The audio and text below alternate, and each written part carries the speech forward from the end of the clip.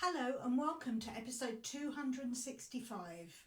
I'm recording this on the Sunday immediately before the Frankfurt Book Fair, and I've been doing some YouTube TikToks and Instagram reels, so I thought it might be a good idea if I actually talk about some of the preparation that goes into presence at a book fair, whether you're a publisher, whether you're a visitor, whether you are an exhibitor, because it might help you understand how far in advance events are actually planned, because very often people contact me and they say, oh, I see that you're at an exhibition next week, can I make an appointment to see you? Now usually I have flexibility because most of my networking is done at parties and in the bars. That's where most of my informal chats take place, and those informal chats can often bring me lots of forthcoming new clients and repeat clients as well. But for other people and for publishers, and particularly the rights departments in publishers, they will have back-to-back meetings blocked all day, every day, and every minute and sinew of their time allocated for. But a little bit more of that later. So my prep for this year's Frankfurt Book Fair started at last year's Frankfurt Book Fair, when I had a brief meeting with one of the organisers of the Frankfurt Book Fair about some of the things that I could bring to Frankfurt Book Fair in 2025. But the main thing I did last year is, as soon as I checked out of my hotel, I rebooked the same hotel, because the hotels, if you find one you're really happy with, now there's loads of good hotels in Frankfurt, but if you find one you're really happy with, you want to go back there.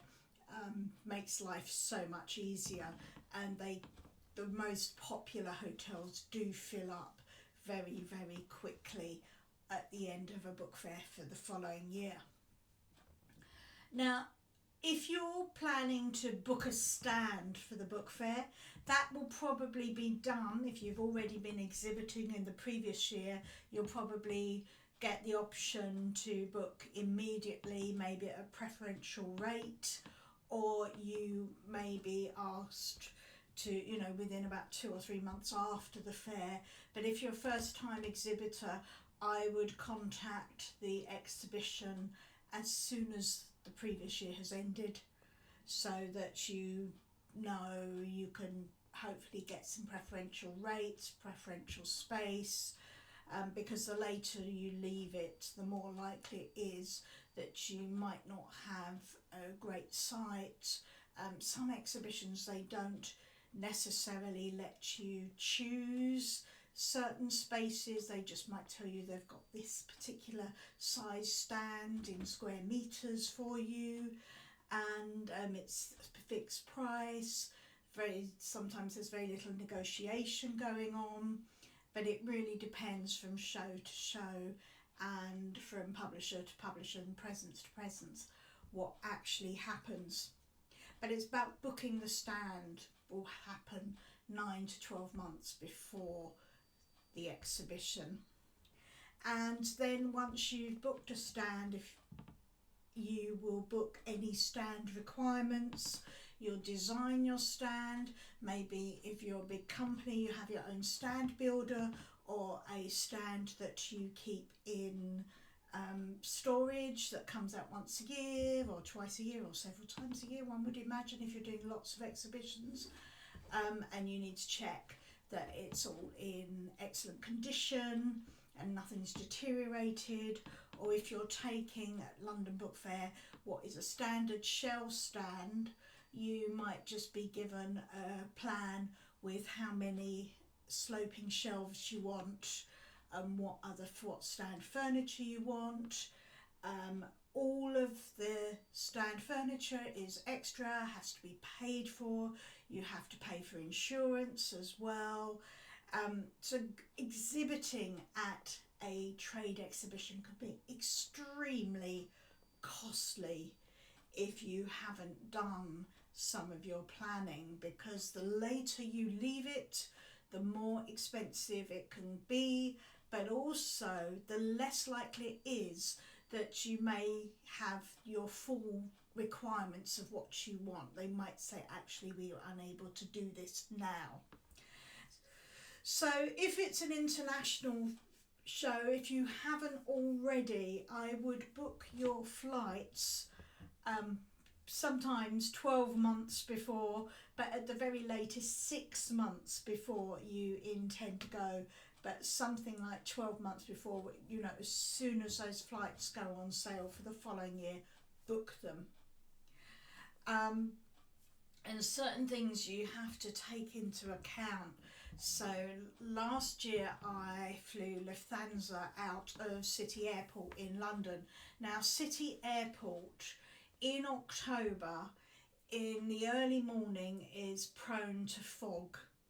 So it's always a risk, which is why I now go out the day before. So if there's a problem, I'm still there for first thing Wednesday morning. And last year my flight was cancelled, and that was Lufthansa, but the British Airways flights were still taking off. So this year I'm still going from City, but I have booked British Airways. I don't want to repeat here what a member of the Lufthansa staff said to me, but after what they said to me, I went and will only book now British Airways from City. It's got to do with it being a short runway. Anyway, and then you want to, if you're planning your exhibition presence about 6 months in advance, you want to be planning exactly what you are going to promote. Might seem a long time ahead, but in book publishing we tend to work a long time ahead. So where are we? We're in October, and the publishers now are probably have mostly confirmed their publishing program for July and August next year. So we're used to planning ahead. I mean, when I was working for a publisher, we did calendars, and I knew that if you hadn't ordered your calendars by, say, 31st of January or the second week of February at the very latest, you would not get your calendars for the following year, and those calendars would be printed and distributed in August. So as soon as like 1st of August comes around, you probably notice in all the retailers you'll see diaries and calendars for the following year. So you want to plan, and if it's an exhibition stand that you've got, and you've got what we call walls, which is borders, a shell scheme with borders, you will want to plan precisely what display you want to have in those white spaces. The most common thing is for a publisher to have book jackets printed on A3 or A2 size, even A1 size mounted board, advertising their premier titles. And one of the reasons why you will make that decision 6 months at least before you go to the exhibition, because you will need your designers to be on the ball with this. You will need to get those mounted boards printed and shipped if it's an international fair. Same as if you wanted any what we call dummy books done, you would need your designers to be working on those about 4 to 6 months before the actual exhibition. So for Frankfurt, most of the designers are really busy in June, July and August to make sure that the publishers have all the material that they want and all the they're exhibiting the titles that they really want to be pushing. Because as you probably realise, exhibiting at an exhibition is not cheap, because not only do you have your stand costs, furniture costs, insurance, you have the cost of getting your staff to and from the venue, you have the cost of the the entrance tickets, because even if you're an exhibitor, you're only given a number of free passes as some of that package, so you may need to buy extra passes. And the travel cost, the hotel cost, and sustenance, that's your meals, drinks, any other extras that you need, it soon adds up. And it's not unheard of for, say, the Frankfurt Book Fair to cost a small publisher in the region of about £10,000. It's why that you have certain collaborative stands, like you see the Publishers Association have a collaborative stand, the Independent Publishers Guild has a collaborative stand with its members, and I think ALPS does, the Association of Learned Professional and Society Publishers, that where they can, they'll have their members sharing their stand space for a smaller fee than the publisher booking independently. And then what you will be doing as soon as you've booked and as soon as the book fair or exhibition website goes live, or they've told you that it's about to go live, you will make sure that your exhibitor profile on the exhibition website is as full as it possibly can be, so that you take advantage of as much of the I can't say free publicity, but the publicity and the promotion that exhibiting at a trade show actually gives you. It's like I'm down as a digital exhibitor. I've had so many inquiries, not so much for can they meet me at Frankfurt, and I've got lots of events going on at Frankfurt, but can they talk to me in London? Can they talk to me at other times? And lots of other inquiries. So being at a trade show brings you in lots of added value that perhaps you cannot equate or easily look at your return on investment. And then you will look at your marketing collateral. Now you've done all your design for your stand, but you will look at your leaflets, what catalogues you're taking, if you're printing anything. So for Frankfurt, I've printed some promotional postcards, bookmarks, and of course I have got loads and loads of business cards as well, so that if I can't grab a chance to talk to somebody, I can quickly exchange business cards. Now I've had people saying, oh, business cards are not a thing anymore since the pandemic, but believe me, business cards are still very much a thing at any event I've been to recently. And then 4 months before, you will start booking appointments. Now I started getting my first appointment request back in July. So July and August are when probably the bulk of the appointments are booked. And when you go to a large exhibition such as Frankfurt, and which has many halls. So Frankfurt is, the Messe is built around a quadrangle, and it's 4 buildings, and each building has approximately 3 or 4 floors of exhibition. It can take you 25 to 35 minutes to go from, say, hall 2 to hall 6. So if you are floating like I am and you're booking appointments, you will try and book all appointments very close to each other. So I might book all of my hall 4 appointments for a particular morning or afternoon, and all my hall 2 or 3 appointments for a particular afternoon, so that I'm concentrated in an area and I'm not actually wasting my day travelling from one hall to the other. Now most of that travelling is on foot, although there are travelators and escalators. Most of that travelling is on foot, and it's not unusual for me to do over 20,000 steps a day at the book fair.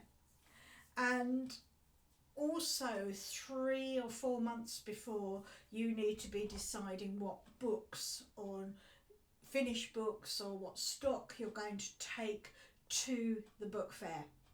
So I have copies of my books that have been shipped out.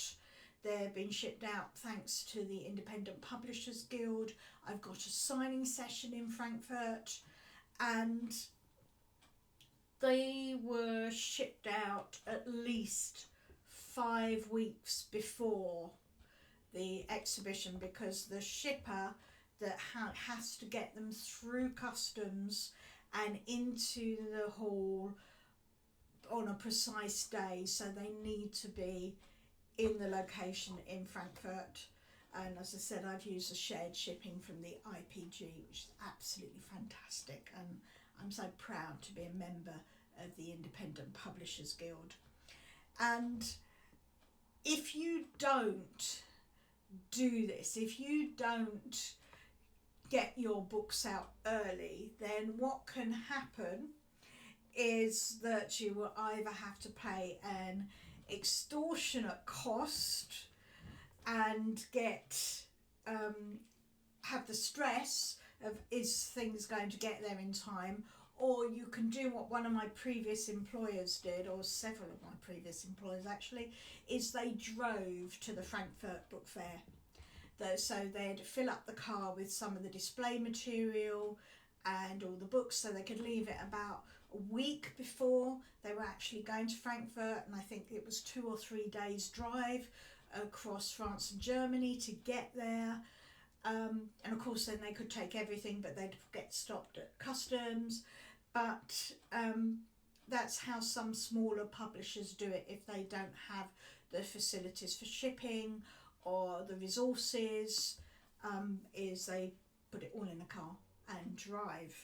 And then I've got, as I said, the marketing, the postcards and the bookmarks. Now I'm very, very lucky. I've got a fantastic printer near me called Solo Press, and the speed in which they print means I can do it about 2 weeks before I actually go to Frankfurt. I don't recommend leaving it later than that, but I would always get the marketing collateral printed about 6 weeks before if I was working for a publisher, and have it with me so I could decide who was going to take it, if I was going to take it, if it was going to go on somebody's car, how it was going to get in to the hall. And then probably about 2 months before, as well as all the appointments, I'd be looking at all the parties and all the dinner invitations that I've had and deciding what I would be doing. So one of the things about an international fair is that your day is so much more than just the time that you spend in the exhibition hall. So the exhibition runs from like 9 a.m. to 6 p.m. and there are mostly stand parties, as there are. London's probably starting much earlier at Frankfurt. It's not unusual for me to see glasses of wine being handed round about 11 a.m. in the morning in some circumstances. But to make the most of your day, you're probably having breakfast meetings as well. Then you'll spend all day in the exhibition, and then you might go off for drinks somewhere and then go off for dinner, and there might be a party somewhere, publishers having that you've been invited to, or suppliers having you've been invited to. And what you find is that when you're employed by a publisher, you have to maximise the amount of events and the amount of networking and appointments you do to justify the cost of sending you and the return on investment.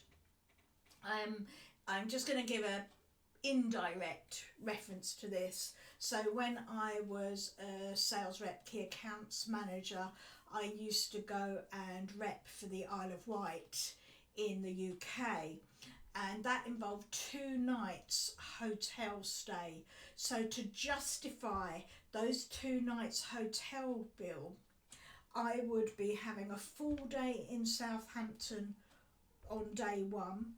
I would then cross the ferry late afternoon, get to the hotel, then the day 2, when I'd actually be doing the Isle of Wight, I'd have an 8:30, 9:30, 10:30, 11:30, 12:30, 1:30, 2:30, 3:30, 4:30 appointment, get back to the hotel and collapse and do all my paperwork, and then I'd spend second night in the hotel, take the early ferry across back to the mainland, and probably do a day in Portsmouth, and I wouldn't finish in Portsmouth till about 4:30 in the afternoon. And that would be 3 absolutely packed days in order to justify 2 nights hotel bill. So everything has to be really maximised. It's no, people think, oh, you're going to an exhibition or you're going travelling abroad for work, and it sounds like a jolly. Now, I do admit that my liver might be suffering at the end of this week, because Frankfurt is one of the most alcoholic book fairs I've been to, because, as I said, people have drinks going from about 11 a.m. in the morning, and there's a variety of drinks. So if you go to like the Slovenian stand, you might have wine from Slovenia. If you go to the Portuguese stand, you might have wine from Portugal. Mexico, there might be cocktails. It's really, really interesting. It's like a world tour of publishing, and I love it. But it can be extremely alcoholic, and you do need to pace yourself. So, but you have to really justify the cost to the business of sending you there. And as we mentioned in a previous episode when we spoke to Claire Hodder, is nothing beats a face-to-face meeting with somebody. Nothing beats a face-to-face meeting with somebody. And then it comes to like your packing, planning what you're going to wear, comfortable shoes or trainers. And the more Frankfurts I go to, the more people that just wear trainers, and it's fine. And I'd actually question any employer that said you had to wear proper shoes now to Frankfurt, because the aim is, do you just want to be able to run from stand to stand, get round there quickly, and comfort is king. So then there's other things about finding out whether the exhibition is cash or cashless, or you must have a card.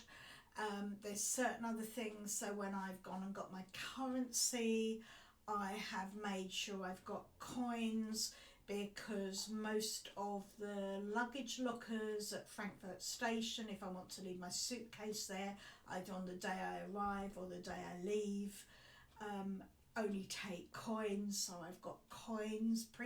Previous years I've sort of been running around, had to buying a sandwich that I didn't really want, just to get some change for the luggage lockers. And something one of my early bosses taught me, and that was Penny Buckland when I worked at Andre Deutsch, is she had a list of things called a useful box list. And she also had most of those things in a box under her desk. And for whenever we had an outside event or any signing or any exhibition, out would come the list of things that would go into the useful box, and we'd check them off. And when you've got those kind of packing lists for repeat exhibitions, it takes so much pressure off you, because you're not always remembering what you need to take and what you are leaving behind. There's other things too you need to plan, and the more preparation you can do for an exhibition, the better your experience will be, because you need to plan. Where are you going to keep the business cards you collect from people? How are you going to take notes? And bearing in mind, you just might have 30 seconds or less to write down your whole conversation with somebody. And are you taking a water bottle? Are you going to pack some snacks with you from the UK to make sure you've got snacks on the day? And do you need any medication? Other things that you need, and you know, if you're going to take photos, are you going to store those in a particular album on your phone or your iPad? And then the most important thing from any exhibition is the follow-up, and doing the follow-up as soon as you possibly can. So there were things when I used to exhibit at the Spring Fair for a publisher, for example, I had some very strict ways that I could do follow-up as soon as possible, and one of which was, before I went, I actually packed new account forms and catalogues and a standard letter, so that all I had to do when I got back in the office was just address the letter in handwriting and sign it, and that new account application and catalogues could be shipped off to the buyer as soon as I got back in the office. Or if I was using a light pen and scanning a barcode, my colleagues could do that in the office while I was still at the exhibition, and that made us look really, really efficient, I must say. But it's that follow-up that is where the most return on investment can come from, and some of those informal chats outside of appointments can often be the most lucrative and beneficial for your employer.